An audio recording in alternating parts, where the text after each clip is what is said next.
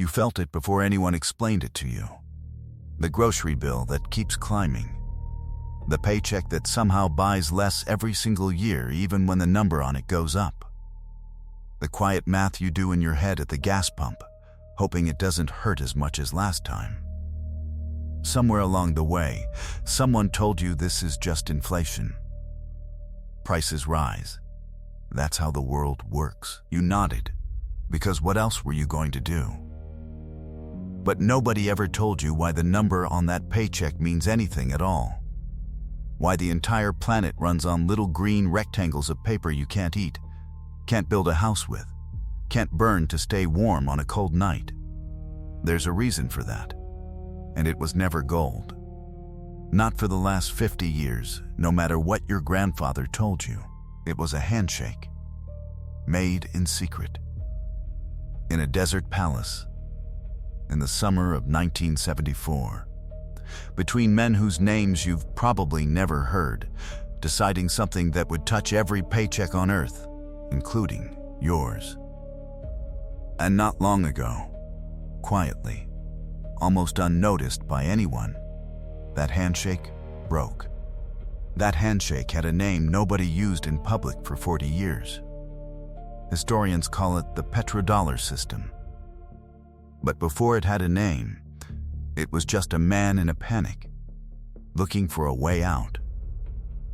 August 1971, Richard Nixon steps in front of a television camera on a Sunday night and does something no American president had ever done. He tells the world that the dollar in your pocket, the one your grandfather trusted, the one that used to be backed by real physical gold sitting in a vault in Kentucky, isn't backed by gold anymore. Just like that. One announcement. No vote, no warning to the rest of the world, who had spent 25 years building their entire economies around the promise that America's word was as good as gold. Literally, they called it the Nixon Shock. And it should have been the end of the dollar's reign. Because a currency backed by nothing but a promise is just paper and ink and the hope that everyone else keeps believing in it too. For 2 years, the world held its breath. Inflation crept up. Confidence cracked. And then, in October of 1973, war broke out in the Middle East, and the Arab oil-producing nations did something that terrified Washington more than any army ever could. They turned off the tap. No oil for the countries backing Israel. Prices didn't just rise. They quadrupled in a matter of months. Americans sat in gas lines that stretched for blocks, watching the clock, wondering if there'd be anything left by the time they reached the pump. That's the moment you need to understand. Not the treaties, not the flowcharts, the gas line. Because somewhere in Washington, a small group of men looked at that line and understood something brutal and simple. Whoever controls oil controls everything. And America didn't control oil, not anymore. So they went to the one country that did. In 1974, Henry Kissinger flew to Saudi Arabia and sat across from a kingdom that had just proven it could bring the most powerful nation on earth to its knees with a single decision. And he made them an offer. It was never written down in any treaty you can find in a museum. No cameras, no press conference. Just an understanding, sealed the old way, with a handshake. Here's what it said. In plain English, Saudi Arabia would sell its oil in dollars, and only dollars, not francs, not pounds, not gold. Dollars, and in exchange, the United States would protect the Saudi royal family, with warships, with weapons, with the full weight of the American military standing between them and anyone who might come for their throne. It sounds small when you say it that fast. It wasn't small. It was the second time in 50 years that America had reinvented what a dollar even was. The first time, it was gold. This time, it was oil, and something even harder to hold on to. Trust, backed by force. Think about what that actually meant. Every nation on earth, needs oil. Every single one. Which meant, overnight, every nation on Earth needed dollars. Not because the dollar was worth anything on its own, but because you couldn't buy a single barrel without one. Japan needed dollars. Germany needed dollars. Countries that had never held a single conversation with Washington suddenly needed to keep American currency sitting in their central banks, just to keep the lights on. That's not an economic policy. That's gravity. And for 50 years, it pulled the entire world into orbit around a piece of paper with a dead president's face on it. You didn't vote for that. Neither did I. It was decided for us, in a room we'll never see, by men who are long dead now. And most of us went our whole lives never once asking why the dollar in our wallet has any value at all. Now you know. It was never gold. It was a promise made in a desert, sealed with a handshake, and for half a century, that promise is the reason the check you deposit on Friday means anything by Monday. And here's the part that should bother you more than anything else in this story. For over 40 years, the United States government never once publicly confirmed that this deal existed. Not officially. Not on record. It sat locked away as a rumor, a theory economists argued about in academic papers, until 2016, when a news organization finally forced the National Archives to release the paperwork. 42 years. That's how long it took for the public, whose entire financial life depended on that handshake, to even be allowed to know it happened. Sit with that for a second. Somewhere, right now, there's probably another handshake like it. One you'll only read about decades from now, once it no longer matters to the people making it. That other handshake is coming. Stay with me. But first, you need to understand what this one, the one from 1974, actually bought America, and what it cost the people who tried to walk away from it. Here's the part almost nobody explains well. Once the whole world needed dollars to buy oil, something strange happened to the United States. It stopped playing by the same rules as everyone else. Think about your own life for a second. If you spend more than you earn, year after year, eventually someone stops lending to you. The bank calls. The card gets declined. That's how it works for you, for me, for every country on Earth, except one. Because oil producers were sitting on mountains of dollars they'd earned selling crude, and dollars sitting in a vault don't do anything. They started buying something safe to put that money into. And the safest thing in the world, they were told, was U.S. government debt. Treasury bonds. So the money didn't just come to America once, it came back, again and again, in an endless loop. Sell oil for dollars. Take the dollars, buy American debt. That debt lets Washington spend more than it collects, year after year, decade after decade, with almost no one ever asking it to pay the bill. A French finance minister, decades ago, had a name for this. He called it America's exorbitant privilege. And he wasn't being kind when he said it. Let me make that phrase real for you, because it's easy to let it float past as just another piece of finance jargon. Every other country on Earth has to earn foreign currency before it can buy foreign goods, has to worry about its exchange rate collapsing, has to keep its spending tethered to what it actually produces. America never really had to, because the whole world was buying dollars anyway, just to purchase oil. Washington could print and borrow and spend without paying the price other nations pay for the same behavior. Wars got funded without new taxes. Deficits got carried without a reckoning. For 50 years, the bill for American spending got quietly handed to a system that absorbed it without complaint, because questioning the dollar itself was unthinkable. That's not a policy anyone voted on. It's a structure that shaped the interest rate on your mortgage, The price of everything you've ever imported. The value of the retirement account you might be counting on right now. You lived inside this privilege your entire life without ever being told it existed, let alone that it had a price tag and that the price tag had someone else's name on it. Now here's where the story turns from clever to cold.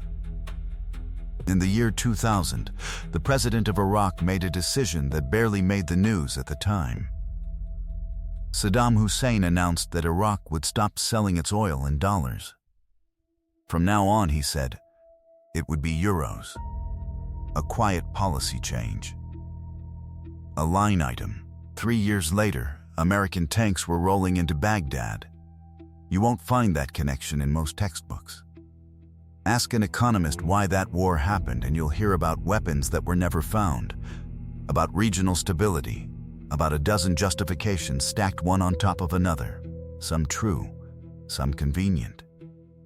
But ask certain people quietly, off the record, and they'll bring up that currency switch like it's the detail everyone's supposed to forget. Maybe it's coincidence. Governments rarely leave fingerprints that clean. But here's what isn't coincidence. 8 years later, Libya's Muammar Gaddafi started floating an idea of his own. A gold-backed currency for the whole African continent. One that would let oil-rich nations sell their crude without ever touching a dollar. He didn't get far.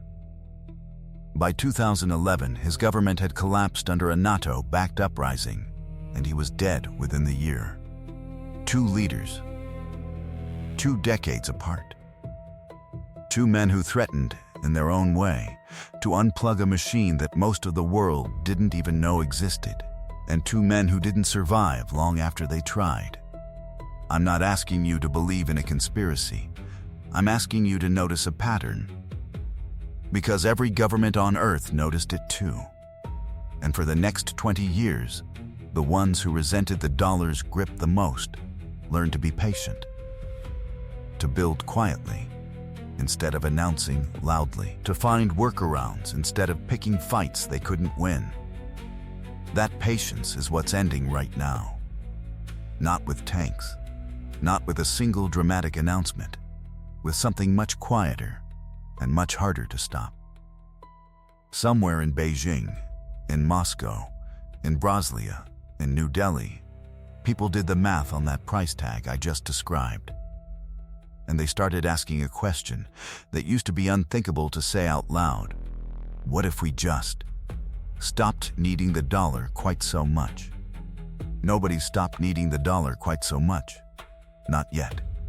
But you'd be amazed how much infrastructure you can build in the dark while everyone's still watching the front door. There's a moment you should know about, because it's the moment that changed everything, and it happened without a single missile fired.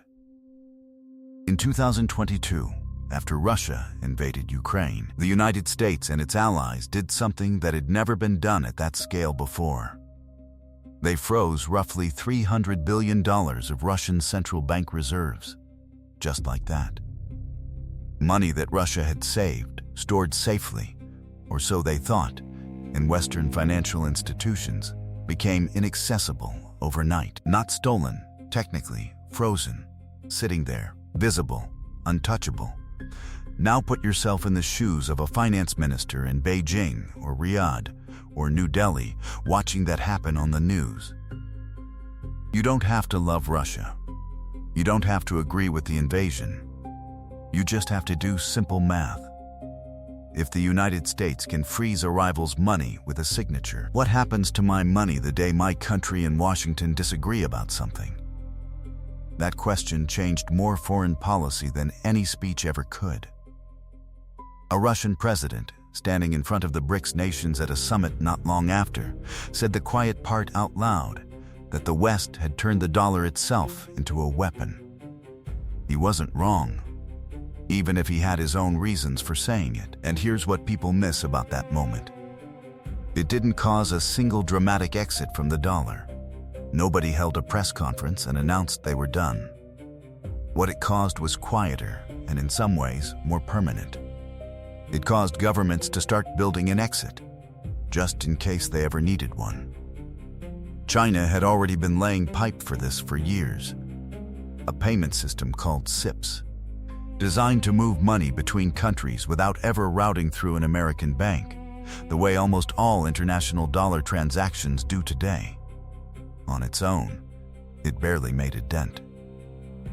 But paired with something else, a project called M-Bridge, built with China, the Way, Saudi Arabia, and others, designed to let central banks settle trades directly in each other's digital currencies. It started to look like something more deliberate.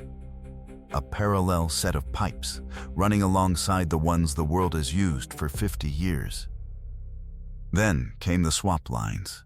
More than 40 of them now, quiet bilateral agreements where China lets another country access yuan directly, without ever touching a dollar in between.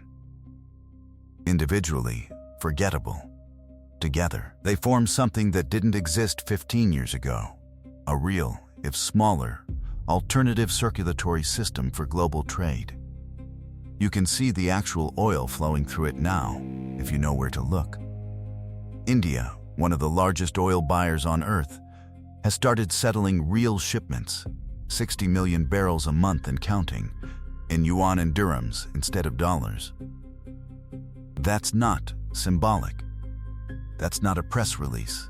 That's tankers, full of crude, changing hands in a currency that wasn't supposed to matter.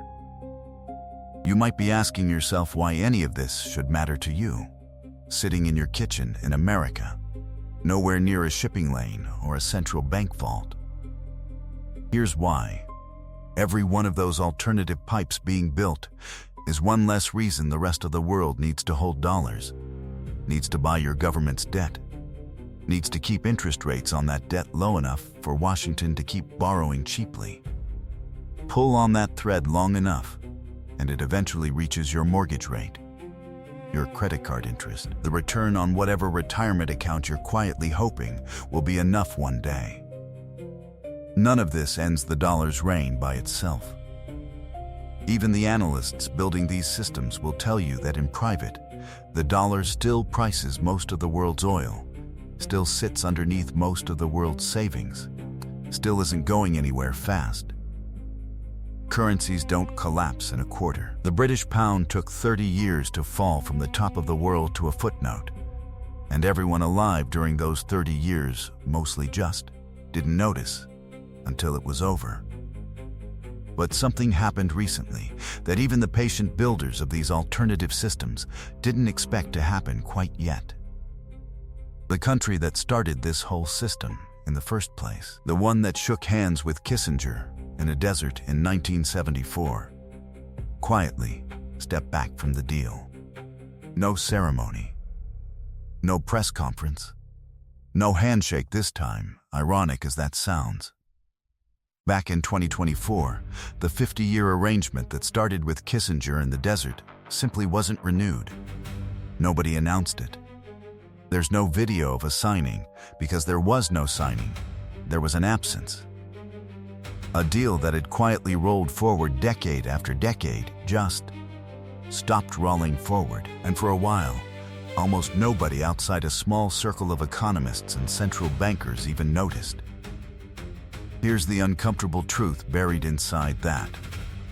Saudi Arabia is still doing most of its oil business in dollars, even now, even with China as its largest customer. Old habits, old infrastructure, old trust, none of that disappears because a formal renewal quietly lapsed. But the door that used to be locked isn't locked anymore. It's just sitting there, open, and everyone in the region knows it.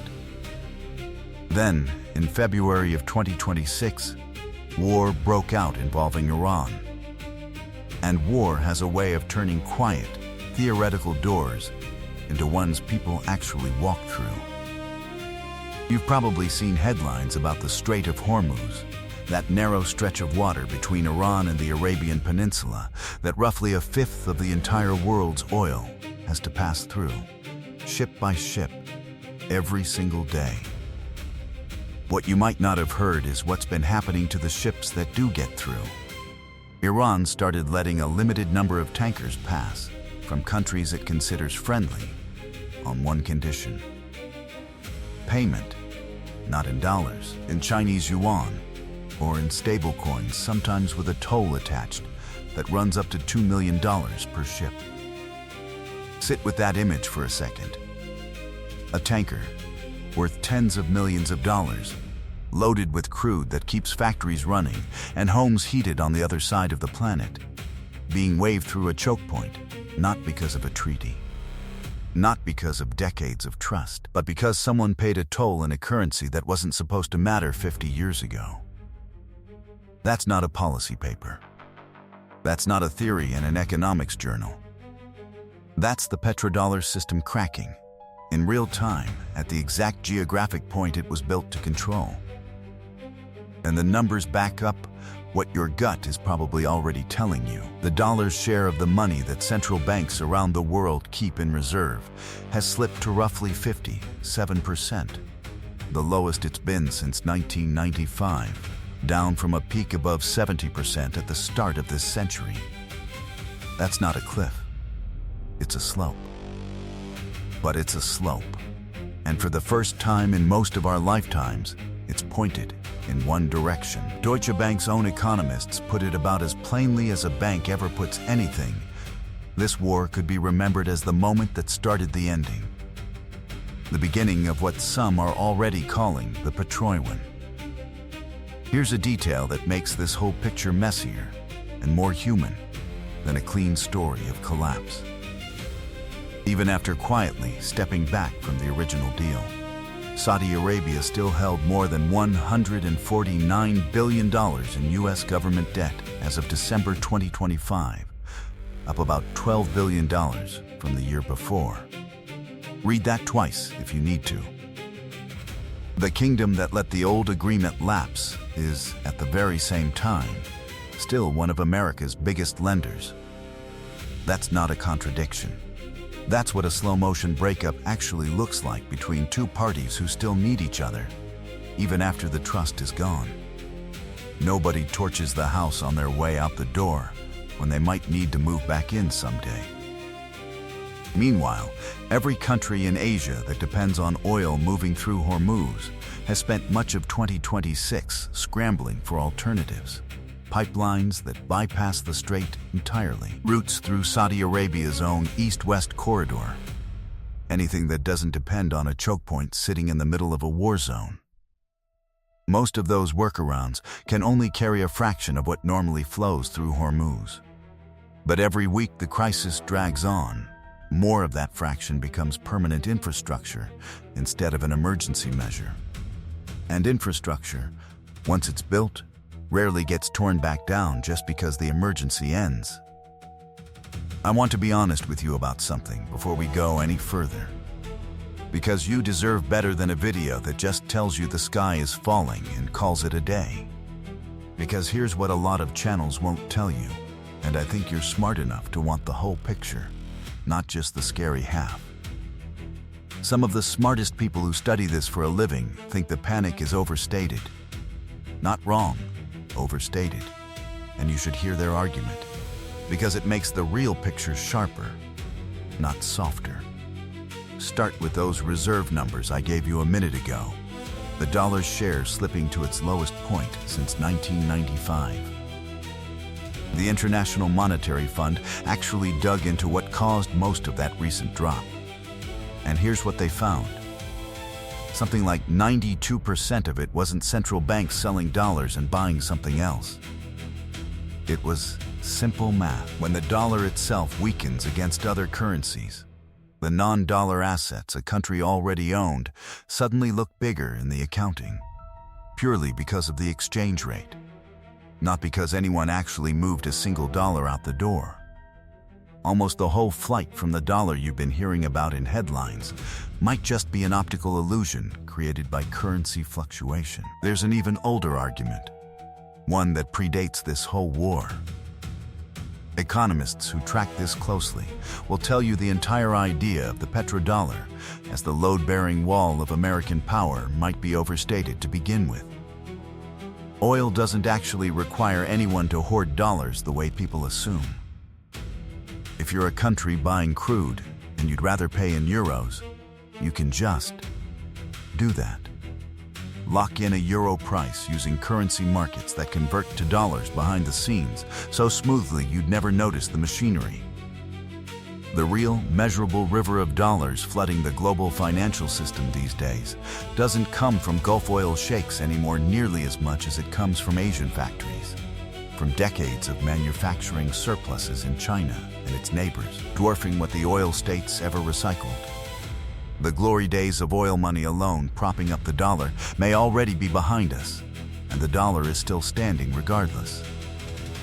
And then there's the plainest argument of all, the one about human habit, not economics. Even countries that resent the dollar, that build alternative payment systems, that make speeches at summits about ending dollar dependence, keep using the dollar anyway when it's convenient.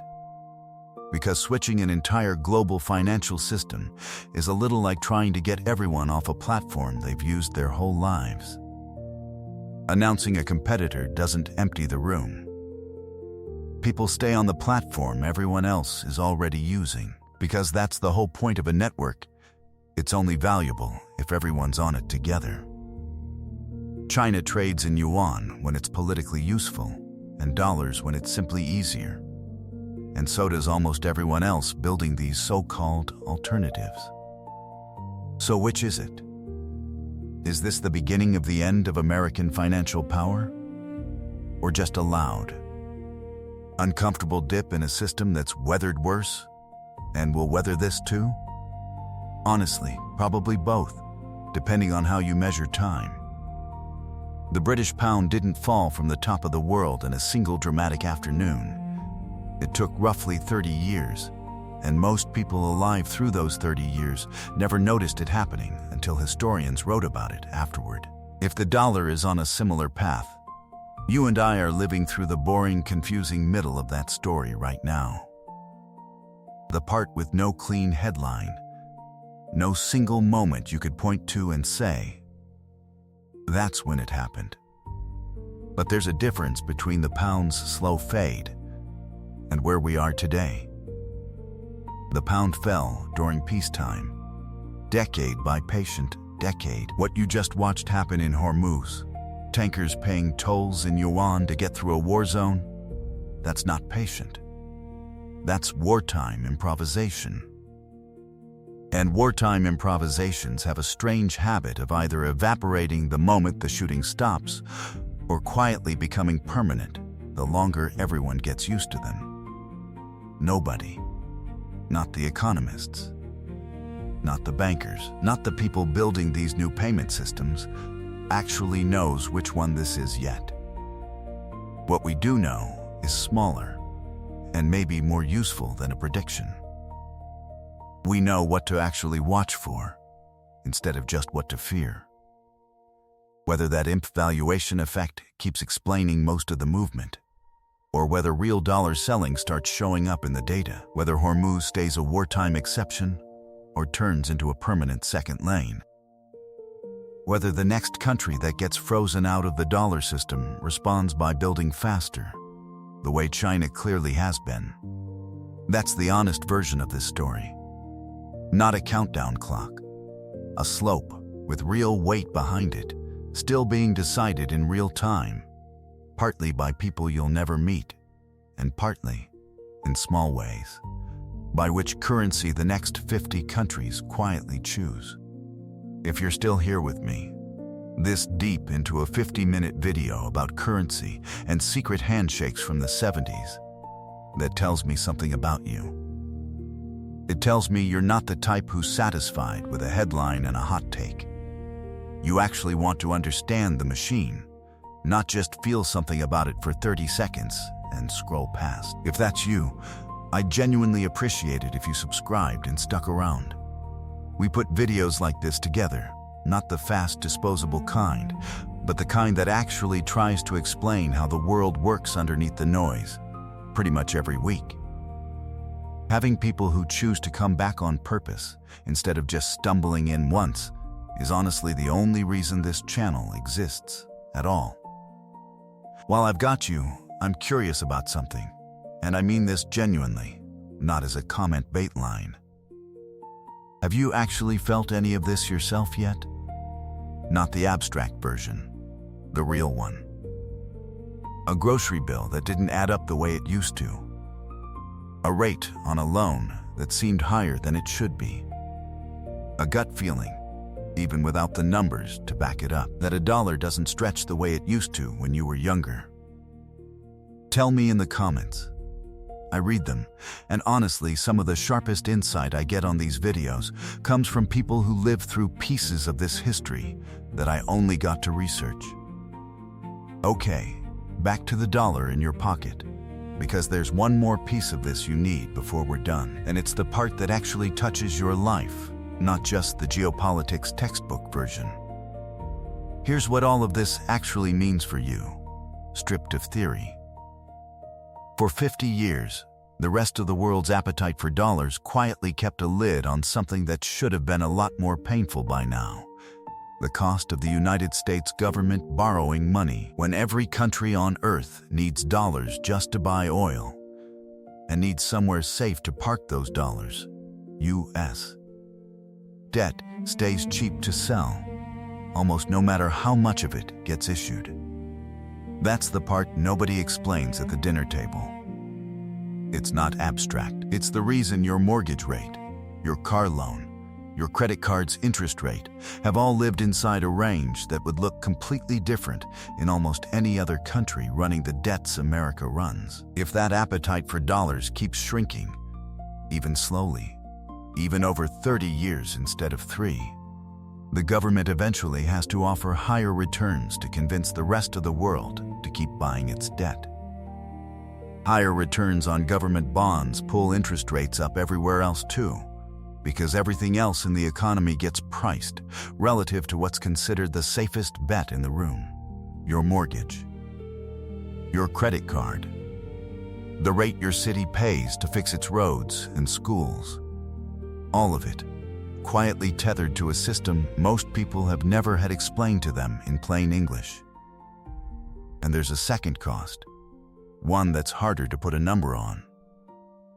For 50 years, America could avoid a lot of hard conversations about spending and taxes, because the bill kept getting quietly absorbed by a world that had no real alternative but to keep buying dollars. That's not free money. It's borrowed time, paid for by a privilege that isn't guaranteed to last forever. And the tab, whenever it comes due, doesn't get sent to the men who made that handshake in 1974. Almost all of them are gone now. It gets sent to us. To whoever's holding the currency when the music actually slows down. There's something almost funny, in a dark way, about how invisible all of this stays to the people it actually affects most.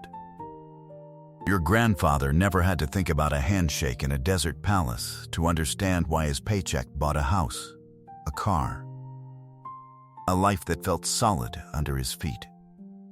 He just trusted the number. You've spent the last 50 minutes learning what was actually holding that number up the whole time, and watching, in real time, as the countries that agreed to hold it up start quietly renegotiating the terms. This isn't the kind of story that ends with a verdict. It's not going to resolve itself neatly enough for a headline that says the dollar wins or the dollar loses. What it will keep doing, for years, maybe for the rest of your life, is show up sideways in a Fed decision you half follow on the news, in a headline about a BRICS summit you almost scroll past, in a number on a bill that goes up a little more than it should. And now, at least, you'll know why. Nobody knows exactly when that is.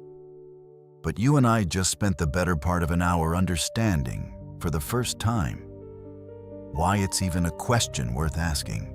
Go back to where we started. The pump. The register. That quiet math you do in your head, hoping the total won't hurt as much as it did the last time. Nothing about that moment looks different now. Same numbers. Same tired shrug when they come in higher than you hoped. But something behind your eyes is different. Whether you notice it today or 3 weeks from now when a headline about the Fed or the dollar or some summit in a country you couldn't point to on a map crosses your feed for 4 seconds before you scroll past it. You won't scroll past it the same way. You'll see, underneath the noise, the outline of a handshake nobody photographed, made by men who are mostly dead now, still quietly setting the terms of a bill you pay every single week. That's the part I actually wanted to give you tonight. Not a prediction, not a countdown. Just the shape of the thing that's been standing behind the curtain your entire life, close enough to touch your paycheck, far enough that no one ever thought to point at it and say its name. A desert.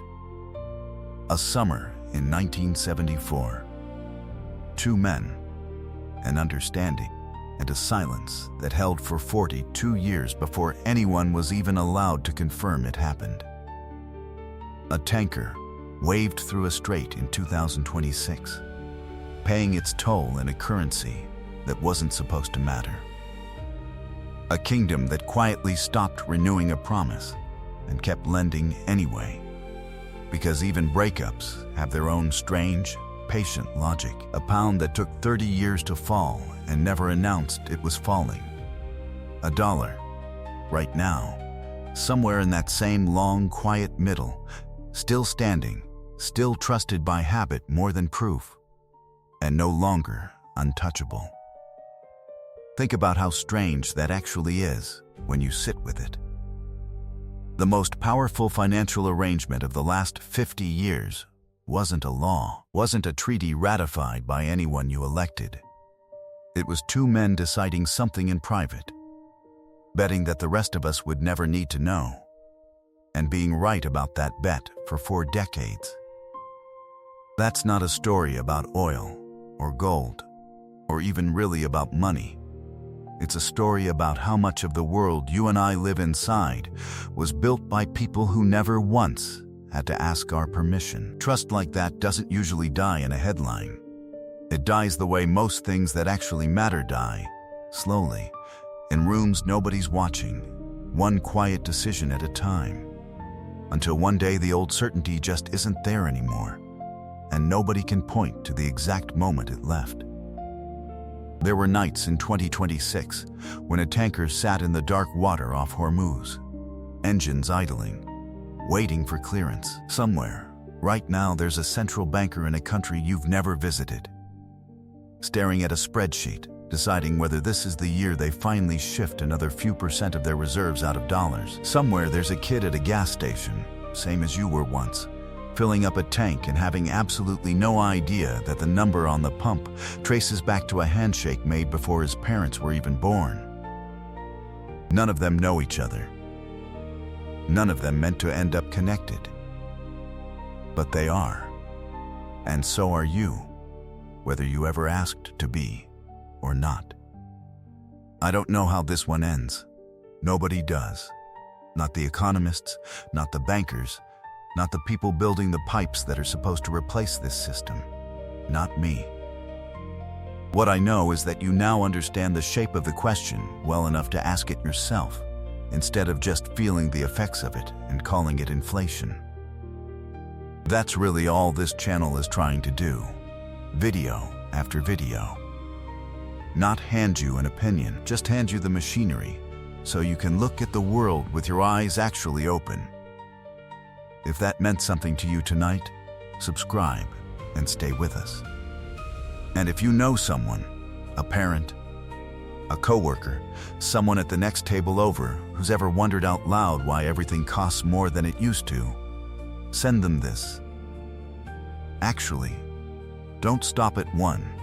Send it to 5 people. Let them sit with the same handshake you just sat with. Tell me honestly, down in the comments, what stuck with you most tonight, and tell me what you want us to pull back the curtain on next. Some of the best ideas this channel has ever had came from someone typing a single sentence at the bottom of a video, just like this one. Until the next one, take care of yourself and pay attention to the quiet decisions. They're usually the ones that matter most.